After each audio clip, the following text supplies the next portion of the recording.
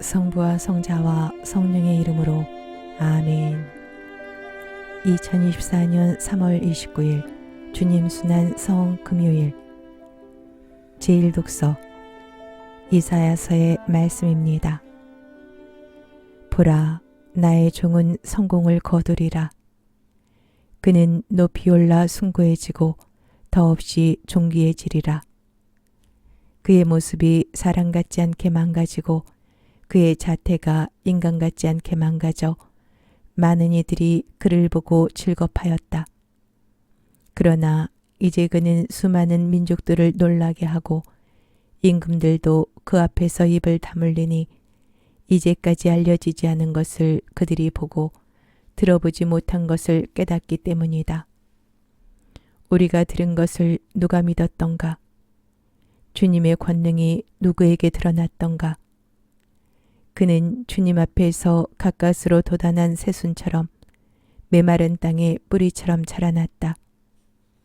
그에게는 우리가 우러러볼 만한 풍채도 위엄도 없었으며 우리가 바랄 만한 모습도 없었다.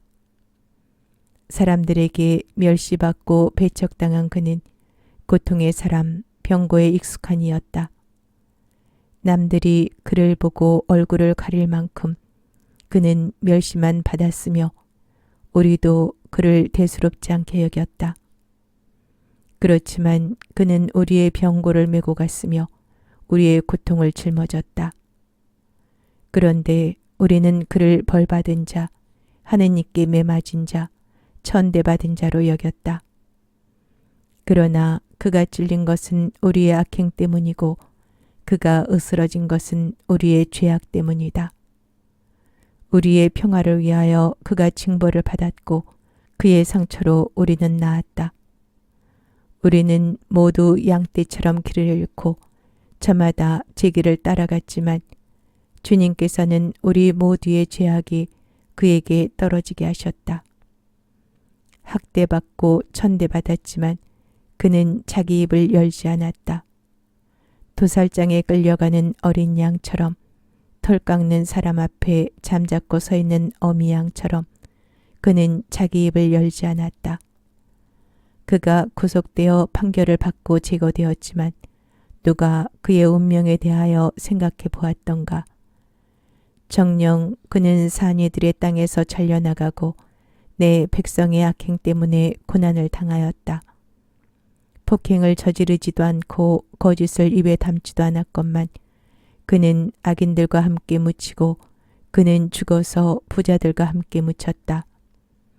그러나 그를 으스러뜨리고자 하신 것은 주님의 뜻이었고 그분께서 그를 병고에 시달리게 하셨다.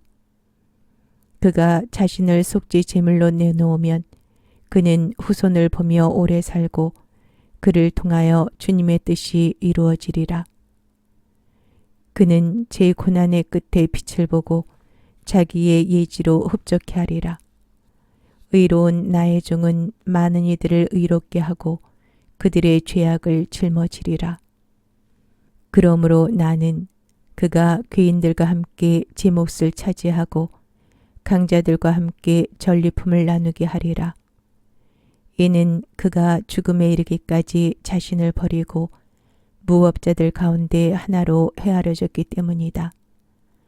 또 그가 많은 이들의 죄를 메고 갔으며 무법자들을 위하여 빌었기 때문이다. 주님의 말씀입니다. 하느님 감사합니다. 제2독서 히브리서의 말씀입니다. 형제 여러분, 우리에게는 하늘 위로 올라가신 위대한 대사제가 계십니다. 하느님의 아들 예수님이십니다. 그러니 우리가 고백하는 신앙을 굳게 지켜나아갑시다.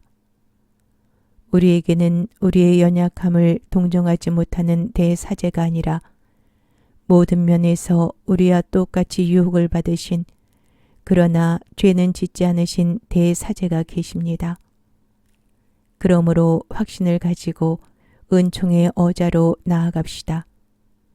그리하여 자비를 얻고 은총을 받아 필요할 때 도움이 되게 합시다. 예수님께서는 이 세상에 계실 때 당신을 죽음에서 구하실 수 있는 분께 큰 소리로 부르짖고 눈물을 흘리며 기도와 탄원을 올리셨고 하느님께서는 그 경외심 때문에 들어주셨습니다. 예수님께서는 아드님이시지만 고난을 겪으심으로써 순종을 배우셨습니다. 그리고 완전하게 되신 뒤에는 당신께 순종하는 모든 이에게 영원한 구원의 근원이 되셨습니다. 주님의 말씀입니다. 하느님 감사합니다.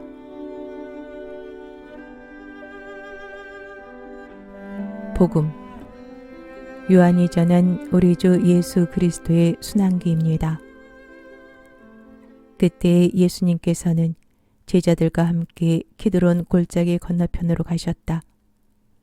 거기에 정원이 하나 있었는데 제자들과 함께 그곳에 들어가셨다.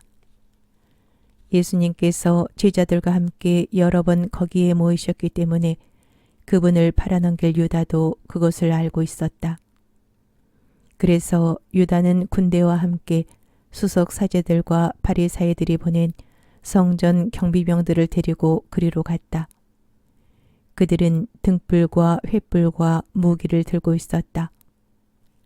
예수님께서는 당신께 닥쳐오는 모든 일을 아시고 앞으로 나서시며 그들에게 물으셨다. 누구를 찾느냐? 그들이 대답하였다. 나자렛 사람 예수요. 예수님께서 말씀하셨다. 나다. 예수님을 팔아넘길 유다도 그들과 함께 서 있었다. 예수님께서 나다 하실 때 그들은 뒷걸음치다가 땅에 넘어졌다. 예수님께서 다시 물으셨다. 누구를 찾느냐? 그들이 대답하였다.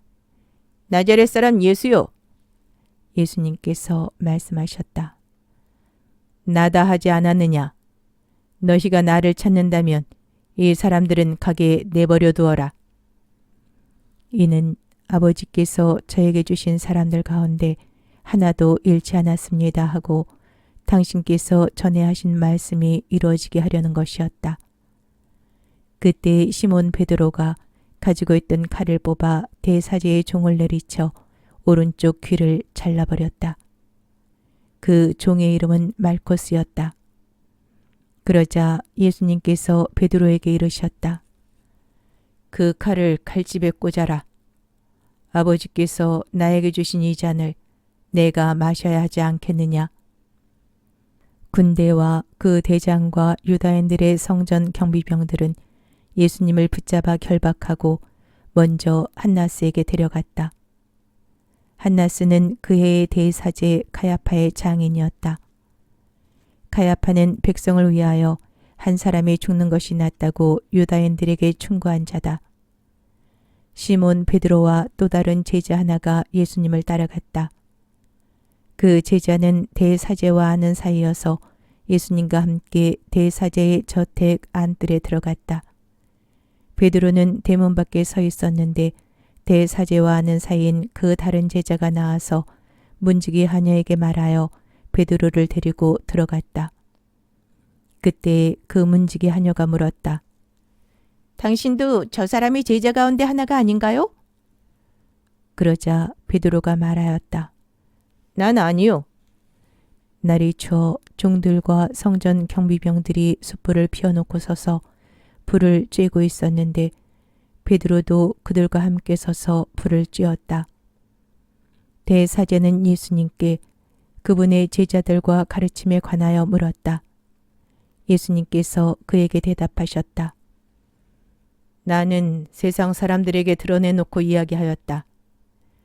나는 언제나 모든 유다인이 모이는 회당과 성전에서 가르쳤다.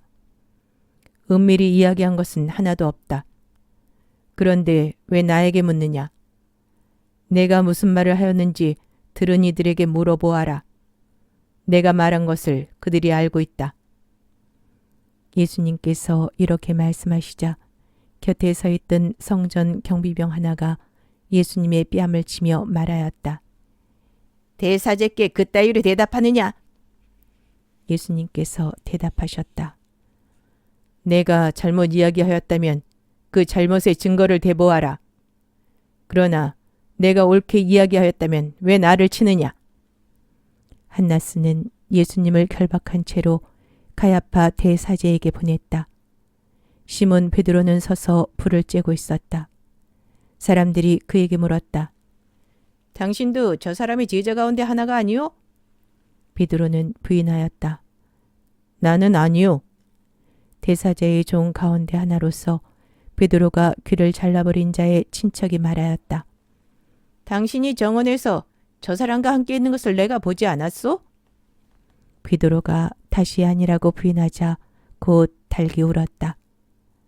사람들이 예수님을 카야파의 저택에서 총독 관저로 끌고 갔다. 때는 이른 아침이었다.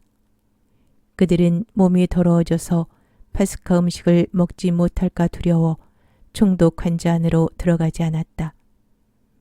그래서 빌라도가 그들이 있는 곳으로 나와 물었다.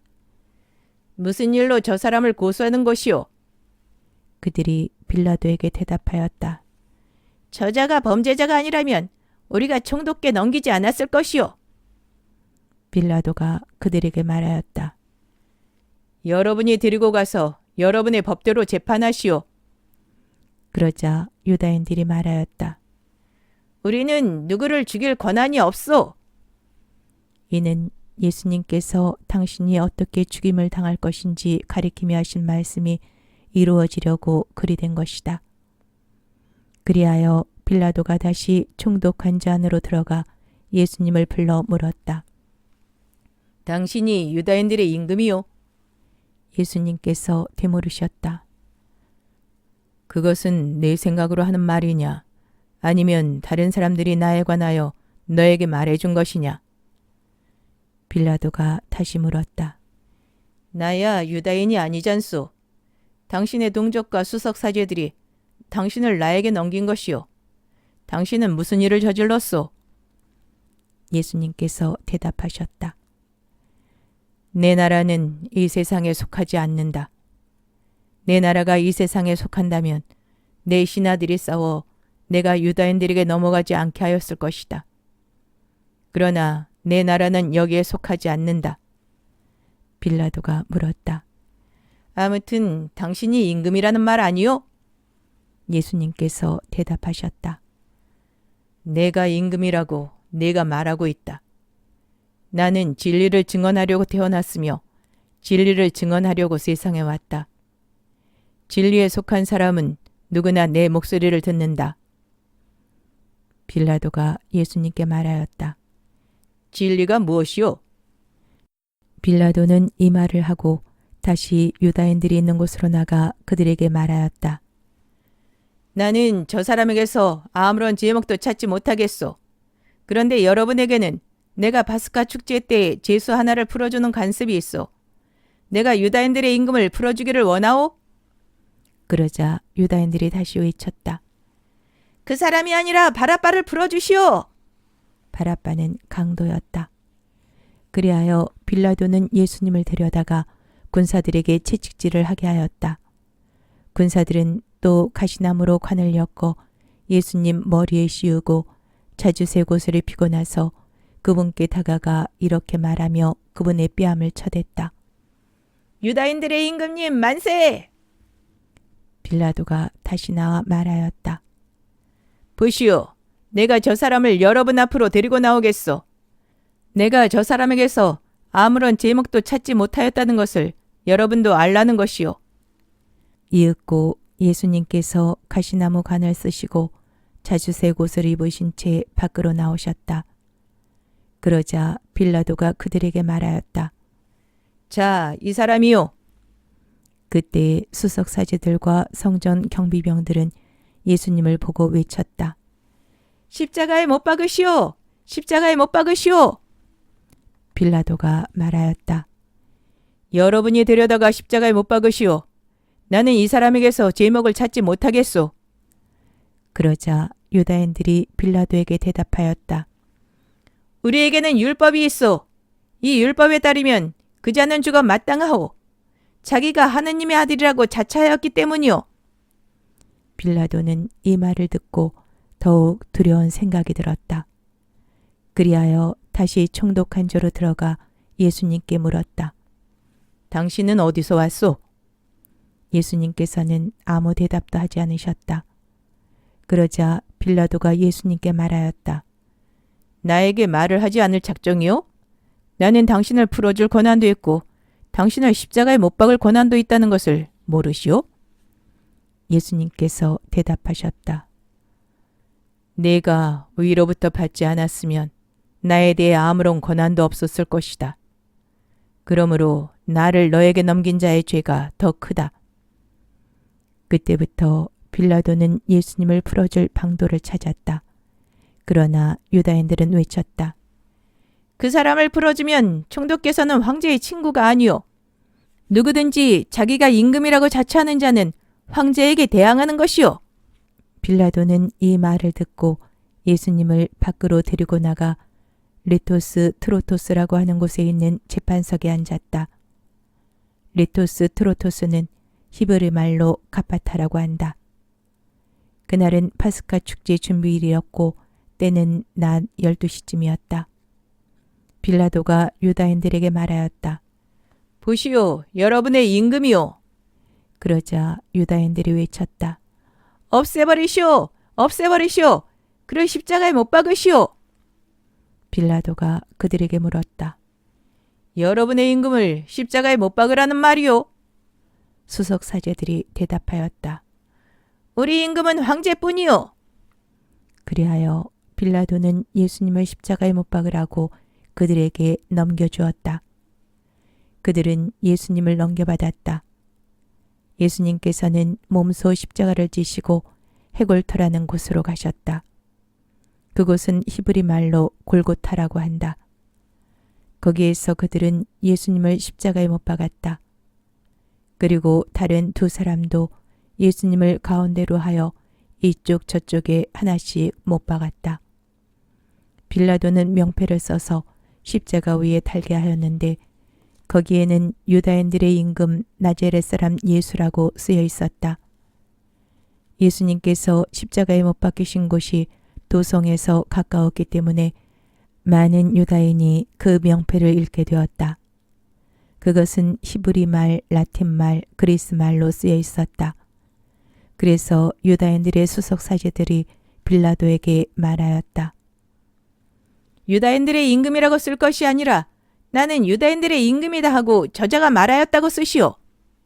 빌라도가 대답하였다. 내가 한번 썼으면 그만이오.